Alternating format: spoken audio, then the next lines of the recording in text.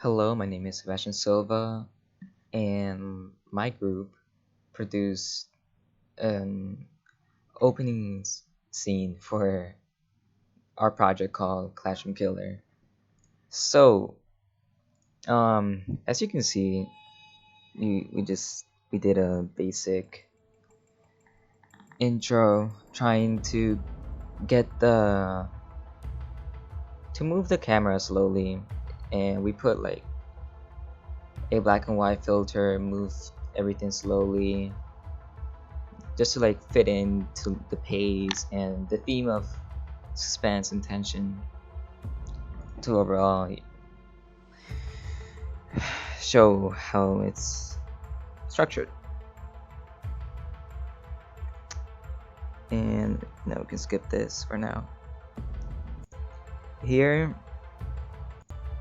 we use a convention, which is basically that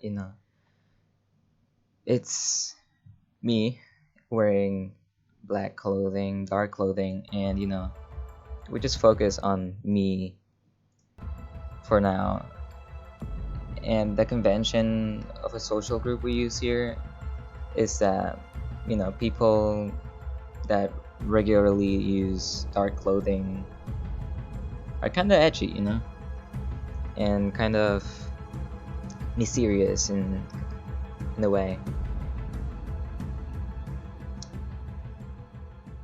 So yeah, this is how we represent the social group of high schoolers who wear dark clothing.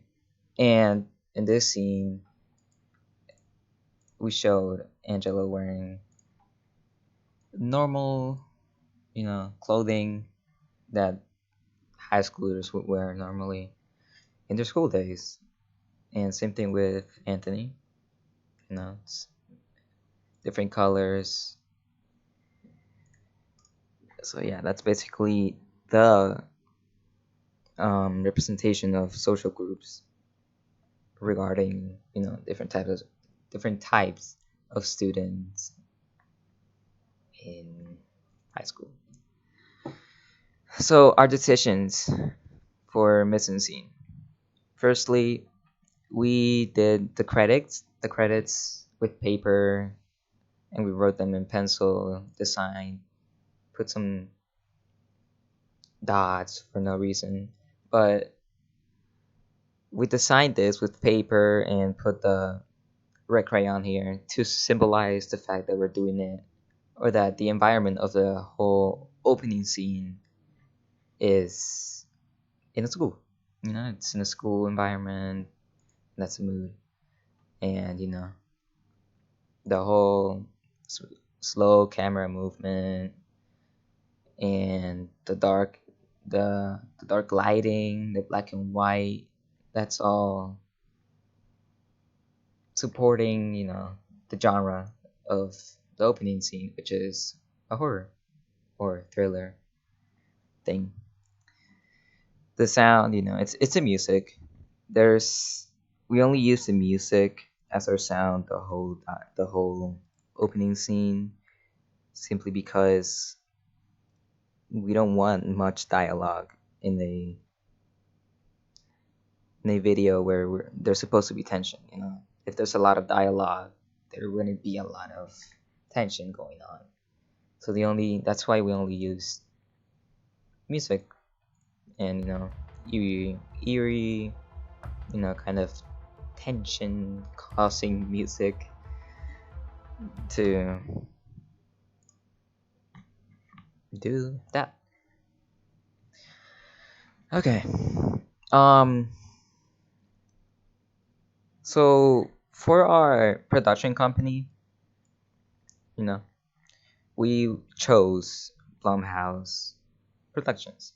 We chose them because they usually make horror movies and low budget stuff, and we found out that whatever we were trying to do here with a classroom killer, it somewhat it's somewhat similar to what Blumhouse Productions does. So that's why we picked that specific production company.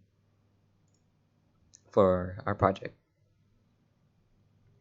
Our target audience for the film is late teens, or people in their 15s, 16s, all the way up to like young adults, or even adults in like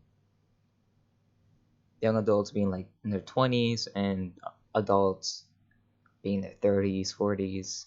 You know, this is because the the environment of the movie, the opening scene, it's in a school.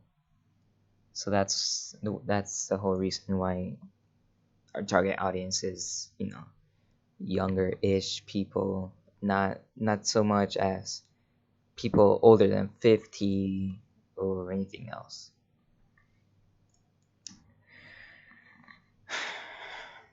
So throughout the course of this class, media studies, not only me, but my entire group and my crew, and I believe the entire class as a whole, I feel like we all became better because we learned conventions, the type of conventions that are used in multiple movies, the the ways people use different fonts, colors, mise en scene to decorate their projects, their videos, and overall movies. And that's how we all became better at what we're doing with our projects right now.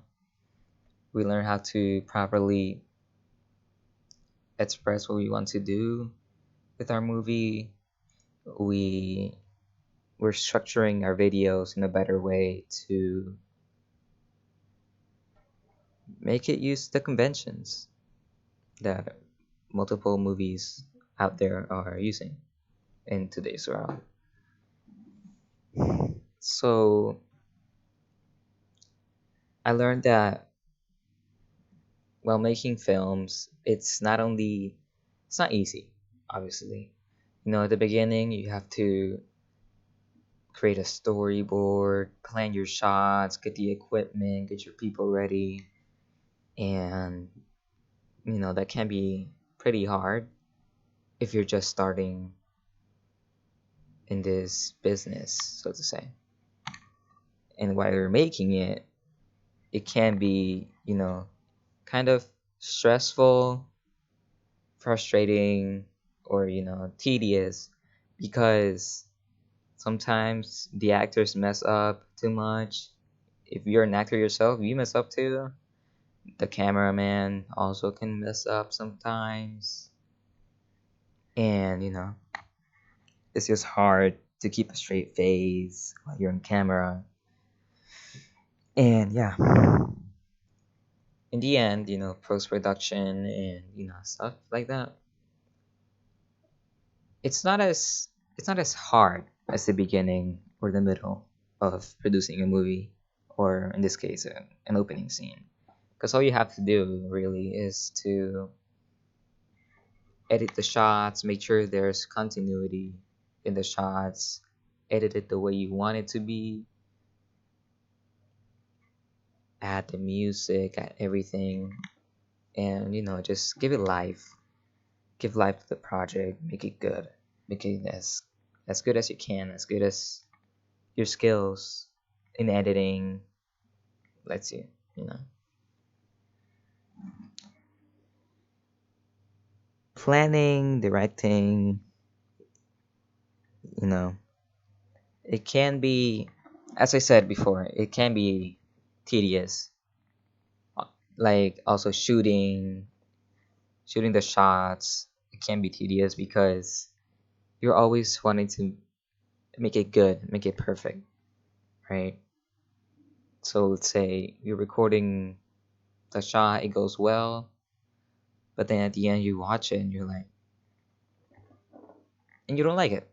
You want to shoot it from another angle. You want to, I don't know, add something in the background. change the composition, the clothing, the mise en scene, the decoration, everything. And that can be tedious because it can take a lot of tries to do something that can actually make you happy, that you can actually be proud of and happy with, and nothing that's like a half that you didn't give it all, you know. So yeah. And while you're revising, editing, and everything, it's obviously not as hard as the previous stuff because all you have to do is, if you have a crew with you, or in this case your teammates, your group members, you can get together with them, plan it out, ask them for like their feedback on what you did. If you're editing the movie itself, you can ask your group members if they like it, if it looks good, what's their feedback, what should be redone, if there's anything that you can do better. And that's simply the process of creating an opening scene, to work with your team and make it as good as you can together. After making this project, I believe I will leave the class as a more skilled filmmaker than I was before I ever came to the class, to the school overall. This is because, before I did this, I had no idea how to create a video. I had ideas on what to do, before. I had ideas on movies, shows that I wanted to do, but I didn't know how exactly to execute them, you know. But now, after coming to this class, I learned a lot about media studies, how to make media, representation, the industry, everything, the conventions used in multiple movies. This all sums up to being a better filmmaker than I was before, which can help me with future projects. Maybe not in this class, but maybe in the future if I want to go down the path of becoming a director, a movie actor, or something. And yeah, technologies we integrated in this project, or also the equipment. We use my phone. We use editing software, which is which vary which can range from video. We use multiple of them, like DaVinci Studio something 16. We use CapCut to put the filters for the movie, because the filters that were applied in the other editing softwares were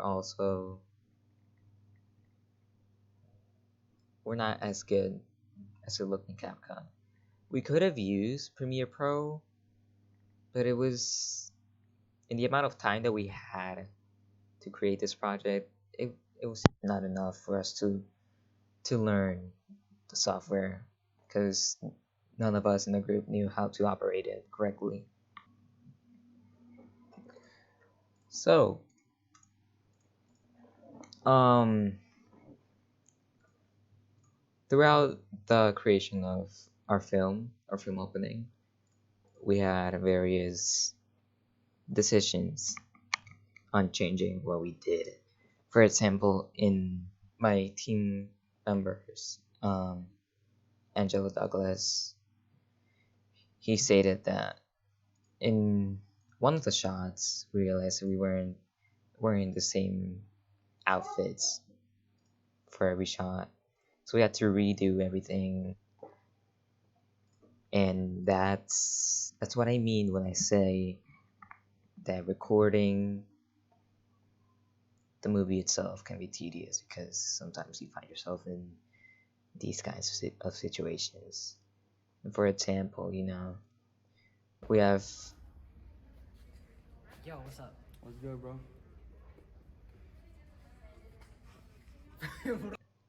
we have stuff like that happen to us very frequently, as you can see. But yeah, and to create the credits, the beginning credits, as I said, we used paper, and we wrote our names on the paper. And this is how it is without filters. There's no black and white. And yeah, then this is with the filter and with some props, which will come to be the crayon that appears right here. This is the crayon on the bottom left, which appears at the, right here, and then the marker on the right. Just to add a little bit of a more schoolish type of feeling. And then we have another color puzzle up there to mesmerize, to help with it. And yeah, another problem that we had is this one.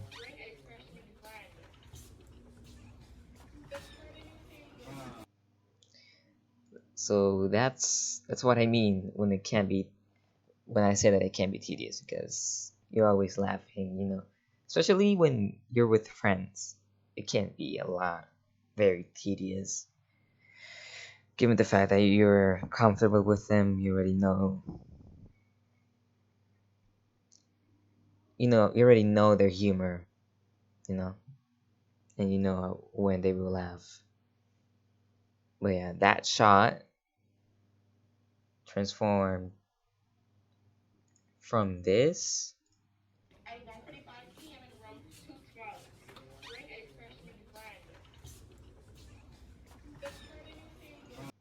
to this.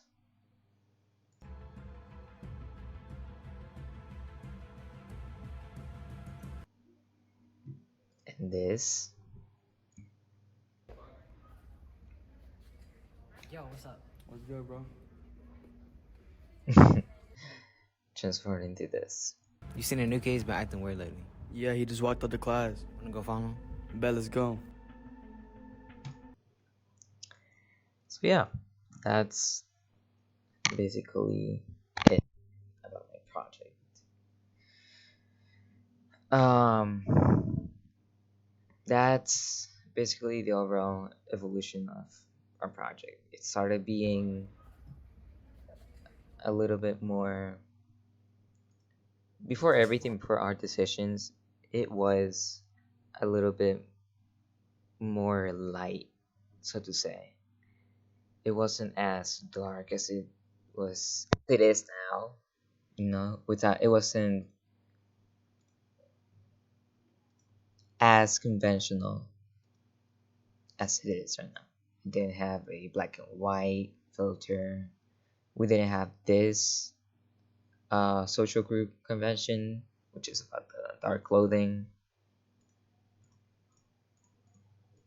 And it was just different from what it should have been since the beginning. It was going to turn out a lot worse than it is right now. But that's about it.